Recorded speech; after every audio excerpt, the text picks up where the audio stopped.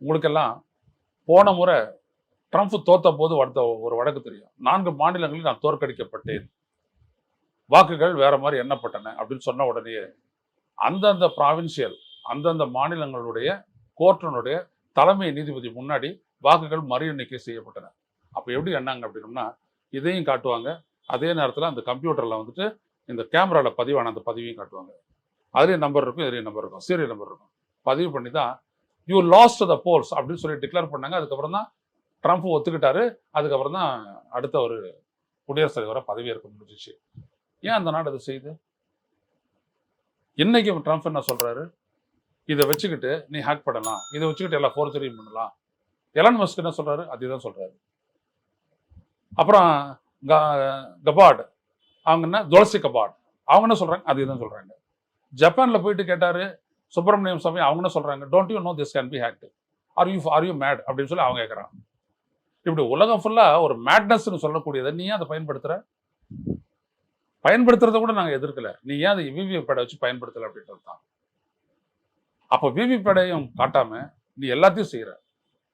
அப்போ இதுக்கு பேரு ஒரு இண்டிபெண்டன்ட் இன்ஸ்டிடியூஷனா?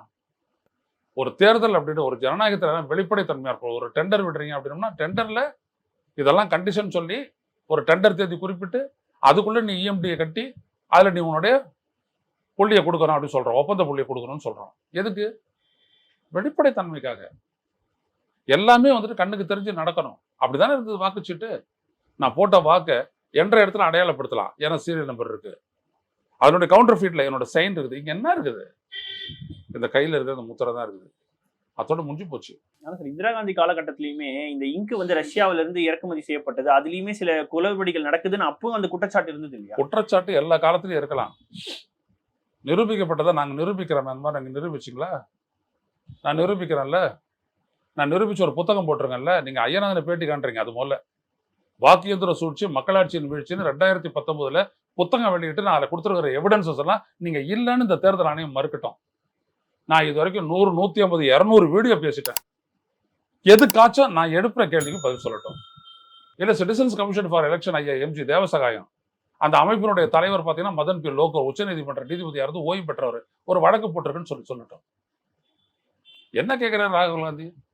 நீங்க வாக்காளர்களை மராட்டியத்தில் போட்டீங்க, மராட்டியத்தில் என்ரோல் பண்ணீங்களே 71 லட்சம் பேர், யார் அவங்களா?